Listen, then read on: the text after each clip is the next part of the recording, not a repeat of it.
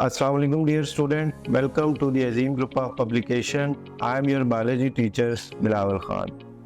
Student, आज हम जो टॉपिक डिस्कस करेंगे वो है geological time scale. Geological time scale या लिविंग वर्ल्ड इन टाइम. तो हम देखते हैं कि जी इस अर्थ पे बहुत सारे ऑर्गेनिज्म आए, वो ऑर्गेनिज्म इवॉल्व हुए, उन ऑर्गेनिज्म ने यहाँ पे डोमिनेट किया और फिर आहिस्ता आहिस्ता वो ऑर्गेनिज्म ख़त्म होते गए. तो हमें कैसे पता चलता है कि जी इस अर्थ पे बहुत सारे ऑर्गेनिज्म आए और वो आहिस्ता आहिस्ता ख़त्म होते गए. तो इनकी स्टडी करने में जो हमारी हेल्प करते हैं वो फॉसिल्स हमारी हेल्प करते हैं. तो फॉसिल्स को हमने पहले भी स्टडी किया है कि fossils are the dead remain of the organism. अब यहाँ पे एक बड़ा इम्पोर्टेंट शॉर्ट क्वेश्चन है कि how we can determine the age of fossils. हम फॉसिल्स की एज को जो है वो कैसे मालूम कर सकते हैं. तो फॉसिल्स की एज जो है वो हम मालूम करते हैं by comparing the radio active isotopes. अब जब ये ऑर्गेनिज्म मर जाते हैं तो सॉइल की लेयर जो है वो इनको कवर कर लेती है और आहिस्ता आहिस्ता से सॉइल की लेयर्स का नंबर जो है वो इंक्रीज होता जाता है. अब due to high pressure and temperature ये लेयर जो है वो हार्ड होती जाती है. तो और सेडिमेंटेशन की एक लेयर जो है वो बनती जाती है. तो यहाँ पे हम कंपैरिजन करते हैं कि जी जो हमारे पास ओल्डर लेयर्स होती हैं उनमें number of radio active isotopes की तादाद कम होती है और जो हमारे पास यंगर लेयर्स होती हैं उनमें रेडियो एक्टिव आइसोटोप्स की तादाद ज़्यादा होती है. तो इस तरह से कंपेयर करके हम क्या करते हैं, एज ऑफ फॉसिल को डिटरमाइन करते हैं. और सबसे ज़्यादा जो फॉसिल्स हमें मिलते हैं वो हमें सेडिमेंट्री रॉक्स में मिलते हैं. उसके बाद अगर हम अपनी अजीम एकेडमी की बुक देखें तो उसमें एक पूरा जियोलॉजिकल टाइम चार्ट जो है वो बना हुआ है. अगर आप इस टाइम चार्ट को देखें तो इसको 4 इराज में डिवाइड किया हुआ है. It's starting from Proterozoic era, then Palaeozoic era, then Mesozoic and then हमारे पास सीनोजोइक इरा. तो ये 4 इराज में इस टाइम चार्ट को जो है वो डिवाइड किया हुआ है. देन उसके बाद हम देखते हैं कि जी हर इरा को फिर कुछ पीरियड्स में डिवाइड किया हुआ है.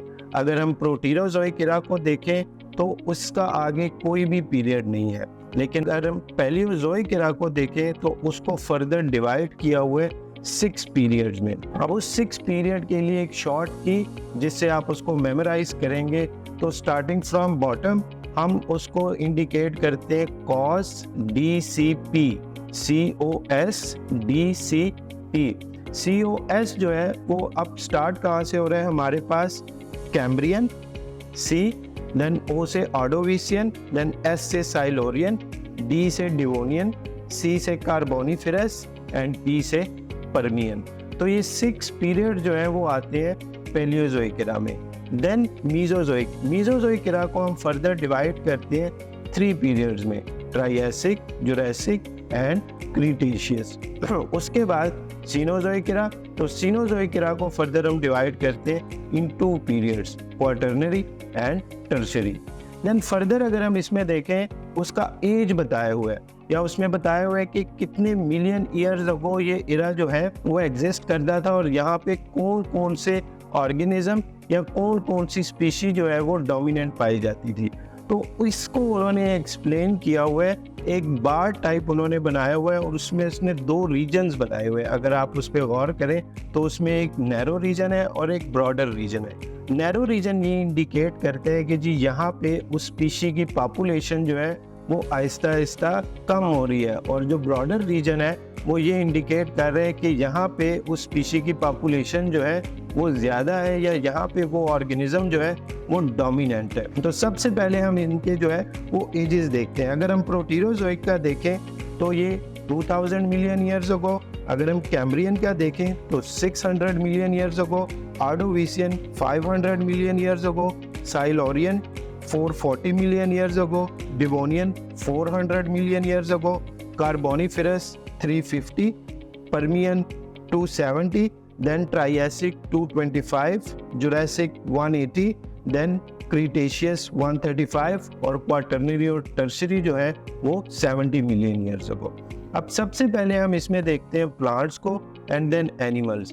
प्लांट को अगर हम देखें तो इट्स स्टार्टिंग फ्रॉम एंजियोस्पर्म्स। अगर एंजियोस्पर्म्स को आप देखें तो उसका जो जोन है, जो ब्रॉडर जोन है, वो हमें नज़र आ रहा है सीनोजोइक इरा में। तो इससे हम ये इंडिकेट करते हैं कि सीनोजोइक इरा में एंजियोस्पर्म की स्पीशी जो है वो डोमिनेंट है। देन उसके बाद अगर हम देखें जिम्नोस्पर्म्स, जिम्नोस्पर्म अगर हम देखें तो सीनोजोइक इरा में आके उनकी जो जोन है या उनकी जो रेंज है वो क्या हो जाती है, नैरो हो जाती है, जो ये इंडिकेट कर रहे हैं कि यहाँ पे इस स्पीशी की पॉपुलेशन आहिस्ता आहिस्ता कम हो रही है। लेकिन अगर हम देखें मीजोजोइक इरा में तो वहाँ पे उनकी पॉपुलेशन क्या है, ज़्यादा है, और वहाँ पे हम ये कहते हैं कि इनकी ये स्पीशी जो है वो डोमिनेंट है। देन फर्न्स को अगर हम देखें तो मिड ऑफ मीजोजोइक इरा और सीनोजोइक इरा में इनकी स्पीशी की पॉपुलेशन क्या हो रही है, कम हो रही है, जबकि पेलियोजोइक इरा में इनकी पॉपुलेशन क्या है, डोमिनेंट है।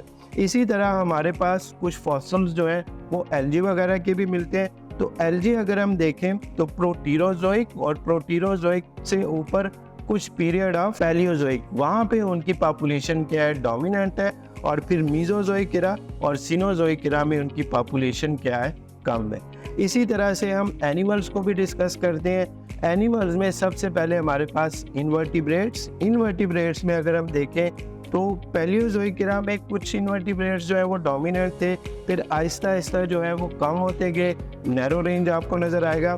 एंड देन अगर हम सीनोजोइक इरा में देखें तो फिर दोबारा से वो डोमिनेंट कर गए। इसी तरह से फिशेस जो है वो सीनोजोइक इरा में और मीजोजोइक इरा में आपको डोमिनेंट नज़र आ रहे होंगे।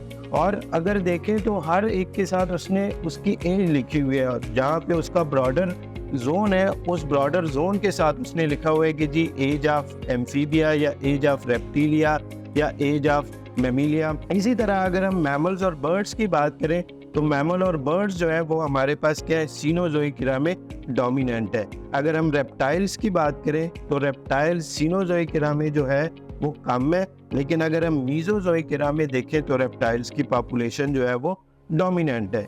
देन अगर हम एम्फीबियंस की बात करें तो एम्फीबियंस जो है वो हमारे पास पैलियोजोइक इरा और मीजोजोइक इरा में डोमिनेंट है, लेकिन आहिस्ता आहिस्ता अगर हम सीनोजोइक इरा में देखें तो सीनोजोइक इरा और दो पीरियड जो है क्रीटेशियस और जुरासिक हमारे पास मीजोजोइक इरा का है, वहाँ पे एम्फीबियन जो है वो आहिस्ता आहिस्ता कम होना शुरू हो गए।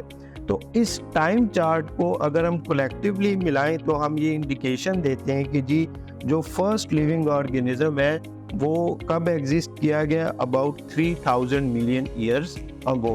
अब इस टाइम चार्ट से हम ये समझते हैं कि जी ओरिजिन ऑफ लाइफ या बिगनिंग ऑफ लाइफ जो है वो कितने मिलियन ईयर्स अगो हुई है। तो स्टूडेंट, उम्मीद करता हूँ कि आपको ये टॉपिक क्लियर हो गया होगा। मिलते हैं इंशाल्लाह नेक्स्ट लेक्चर में। अल्लाह हाफिज़।